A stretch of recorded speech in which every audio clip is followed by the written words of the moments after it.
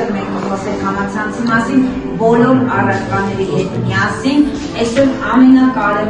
ամենակարևոր այսպես հմտություններից մեկը թվային տեխնոլոգիաներին տիրապետելն է եւ իմանալ առհասարակ, թե ով է համարում թվային քաղաքացի։ Ուրեմն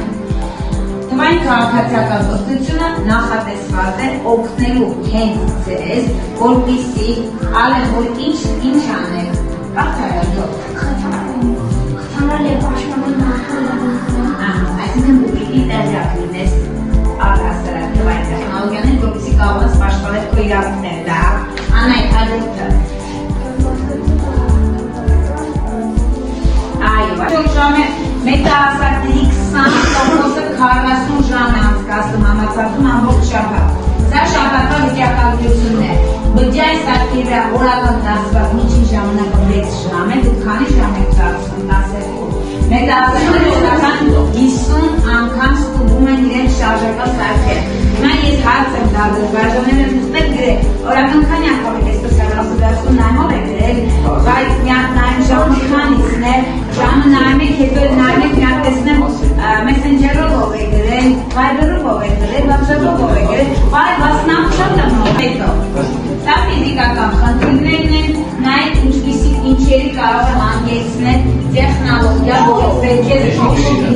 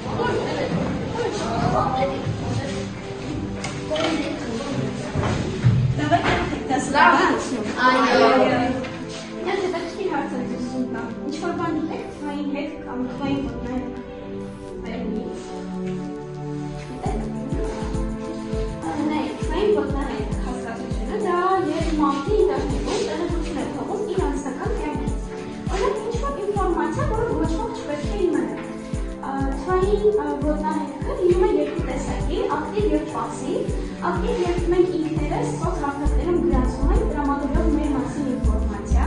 կամ գրում ենք էննաման և մեկնաբանություն ենք թողնում որևէ վիդեոյի տակ։ Իսկ երկրորդը դա պասիվն է և կարգերը առանց մեր թույլատվության վերցնում են մեր մասին ինֆորմացիա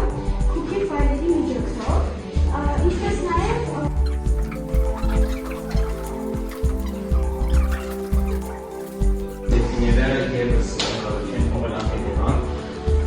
հիմնականում հեռախոսներում, ինչպես նաև մի փոքր տարիքով ավելի երեխաները մեծ ուշադրություն են դարձնում իրենց կազմվածքին և դրանով է հենց հետևյալ իրենց առողջությունը վնասում։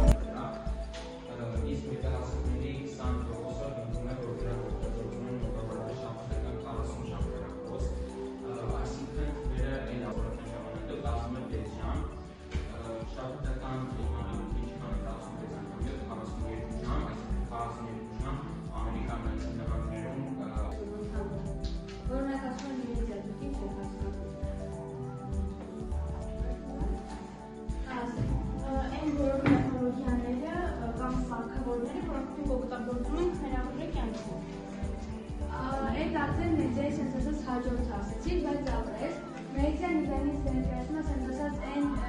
տեղեկատվության իսկ հիմա սմարթի վրա ներկայացված են մեդիայի տեսակները, օրինակ մեդիայի տեսական ռադիոն, որը օգտագործում է շարքի ժամանակներից, գրքերը, թերթերը, իսկ արդեն նոր մեդիայի տեսակները, որոնք մենք ամեն օր օգտագործում ենք, հեռախոսման հեռուստացույցը, իսկ արդեն հաջորդը տեխնոլոգիան են։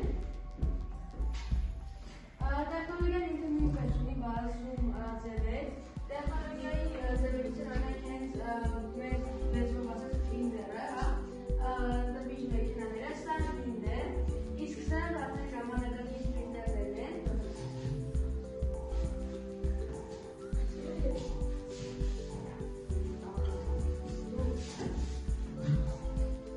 Ինտերակտիվ մեդիան, մենք հիմա այսպես այս դասը վարում ենք հենց ինտերակտիվ մեդիայի վարորդների հետաքրքիր են, օրինակները արդեն նկարների տեսքով կան։ Ուղղակի մենակ մի քիչ ինտերակտիվ մեդիայի օրինակներ, մտնում են թերթերը, ամսակները եւ այլն։ Իսկ արդեն ինտերակտիվ մեդիայի ամենավառ օրինակը մեր սմարթ գրատախտակն է, որը ունի բազմաթիվ ֆունկցիաներ, օրինակ եկեք հիմա միասին սմարթի ինչ-որ ֆունկցիա անենք, բոլորս արդեն ծանոթ ենք մեր ինտերակտիվ հենց գրատախտակին, որի վրա մենք ինչ կարանք անենք օրինակ ստեղ։ Այսինքն մենք ստեղծում ենք տարբեր գործիքներ, որոնցով մենք կարող ենք ինչ-որ նշումներ անել, նկարել, գրել։ Ինչը հաստատ ավելի հաճելի է, քան մեր հին ավանդական սենսացած դաս անելով եւ միանշանակ այս միշտ տարբերություններից զուգահեռ կան նաև որոշակի վտանգներ, օրինակ ինչ կարող ասեք վտանգներով, ինչ վտանգներ կարող առաջացնել մեծ համակարգում։ Կապվածություն, ուրիշ աչքերի խնդիր, հոգնածություն։ այսինքն բարձուն առողջապես վնասում չէ։ Այո։ Օրինակ վտանգ կարող ենք համարել օրինակ թափիչը ծանրաբեռնվածություն։ Թափիչը ծանրաբեռնվածությունը ևս կարող ենք համարել որպես վտանգ, քանի որ ավելի շատ ինֆորմացիա ունենալը, քան հարկավոր է տվյալ տարիքում կարող է բերել որոշակի խնդիրների, ինչպես նաև ուղեղի թերզանգեցմանը որոշ մասերում։ Երկրորդը այն կապվածությունն է, ինչպես մեծամասնությունը արդեն ասեցիք, Նույն պարտականություններն են, համակարգը կարող է հզոր գործիք լինել գաղափարների ու համայնքների իրագործման համար, սակայն դրանք մեկտեղ կարող է նաև լինել կործանարածներ, երբ օգտատիրոջ իրավունքները խոչընդոտվում են։ Իրավունքների ու պարտականությունների առաջին քայլը սկսվում է յուրաքանչյուրից, թվային աշխարհում ևս գործում